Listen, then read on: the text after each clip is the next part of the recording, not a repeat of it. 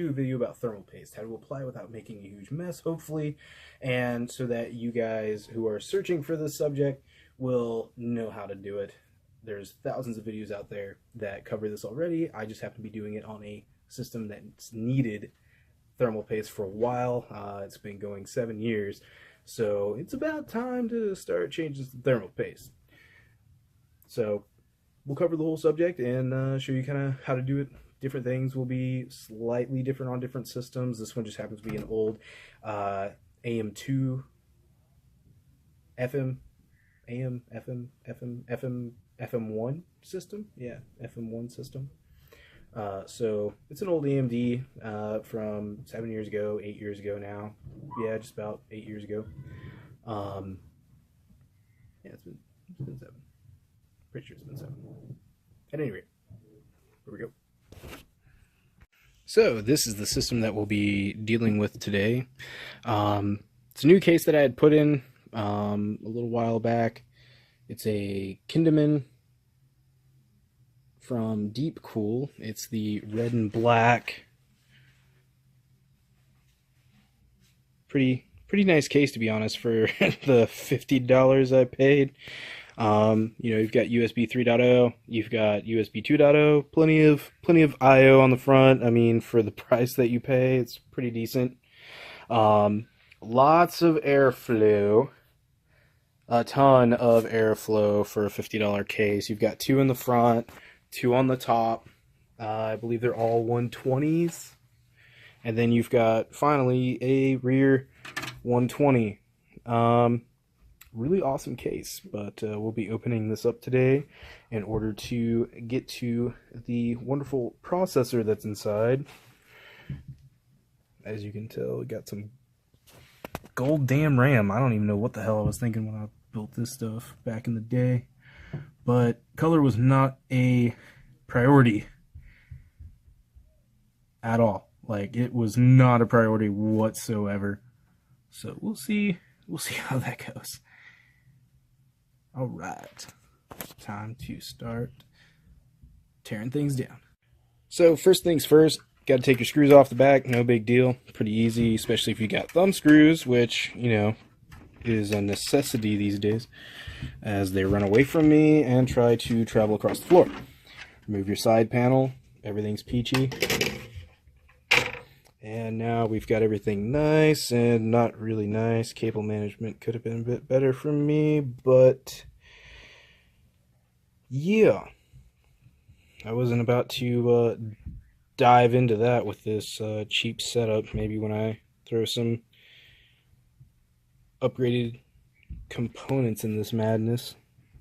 So anyway, everything inside this case is also really nice, to be honest. Everything's nice and coated. So here we go. We've got our motherboard. We've got our CPU stock cooler, which is complete trash. Thank you, AMD, but it does do the job. I do have to say I've never really had an issue with it at all. What has happened here? I've just messed something up. Oh, nope. It just popped off the little collar that was there. Alright then. Cool, yeah, it's been a while since I fixed this thing. Gonna unplug your fan header, and you know, that's really all you have to do. You're going to, depending on your setup, of course, this is an FM1 board, so essentially you're just going to take your cooler off. Sometimes they have screws around the mounting points, and that's pretty much it when it comes down to taking the cooler off. So we'll just take that off. Yeah, that thing's pretty dang nasty. Thermal paste. Okay, let it focus. Focus. Sometime today. I guess it doesn't want to focus. It's okay.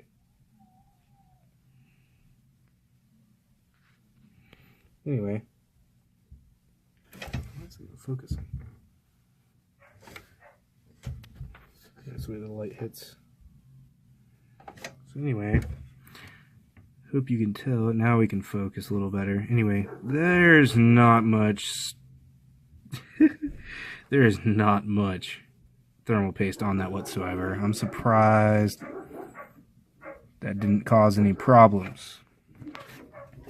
And on this guy, we have the same kind of thing. Not a whole lot on there, which that's fine. I mean, this side, this thing's got more thermal paste than the CPU itself had, which is, I guess, a good thing, because, you know,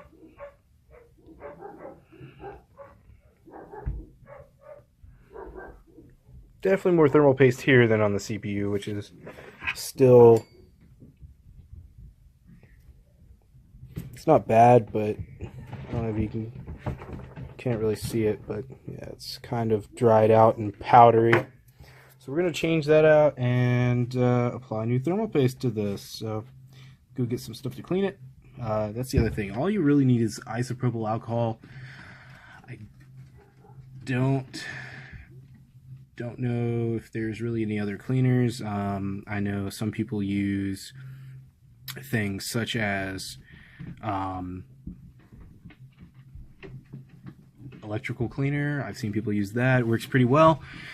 But isopropyl alcohol is plenty good enough. Plus, it's usually laying around the house, so no big deal there at all. And so yeah, we'll see what we can come up with. So yeah, don't make a mess like that. I just literally made a giant mess just like that. Anyway, so basically, you take your paper towel, fuzzy cotton swab, whatever, and you're just going to clean off the CPU. Just make sure it's nice and clean. It's actually really nice and clean, so that cleaned up really well. Plus, that stuff was barely on there. At any rate, so that's what you're going to do. And same thing to this. You're just going to, well, it requires two hands, but basically you're going to clean all of that gray nonsense off of there. Anyhow, now that we've got our CPU clean, we've got our cooler, it is also clean. You're going to take your thermal paste, which today I'm going to be using Thermaltake's TG7, just because I have a bunch of this in a tube. And you're going to apply it to your processor. Once again, 1,000 different ways to do this. We're just going to do what I enjoy doing, which is essentially taking and making a cross in the middle of a X pattern. You know, a lot of times I use it for GPUs mainly, but it's kind of my preferred way of doing things. I used to do the pea-sized one a lot, and then I just, ever since I did a graphics card, I was like, why not do this on everything? It just makes so much more sense. We'll come over here. Basically, you're just going to make an X pattern, and then inside of it, you're going to do a small cross or plus, whatever you want to call it. So let's go ahead and do that.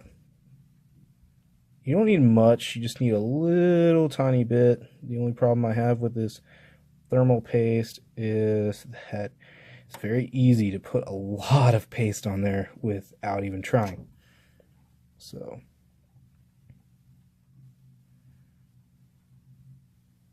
let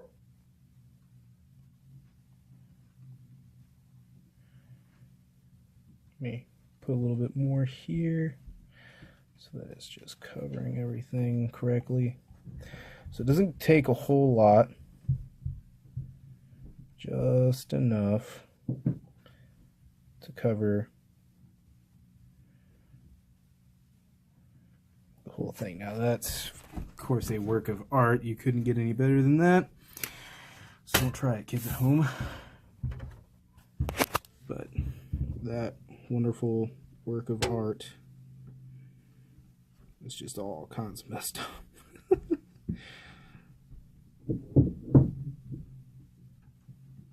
Anyhow, now that that's done, I'm going to take your cooler and you're going to line it up the same way it was before. which for me was this OA. And basically, just square it up, get it to sit down in there. If I can manage that, that'd be great. There we go. So there's two sides. I had to get that one on first, which is kind of a pain in the butt. But now that this side is on, all I should have to do, now that I got both sides on, which is really a pain, all I should have to really do is make sure that this is hooked up down in here, which it is, and just lock it in place. Again, there's a lot of different fans out there. This one just happens to be a stock cooler, so it's pretty straightforward, not exactly the easiest.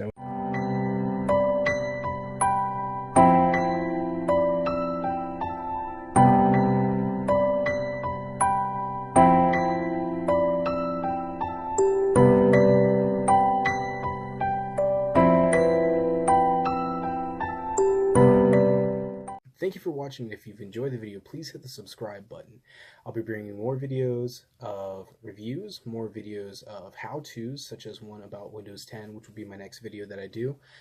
How to increase the bandwidth that you have on your system through Windows 10, because they have actually locked that down quite a bit for you. At any rate, definitely keep an eye on this channel, because I'll be bringing more stuff as each week passes. Hopefully get a little bit more content within this channel.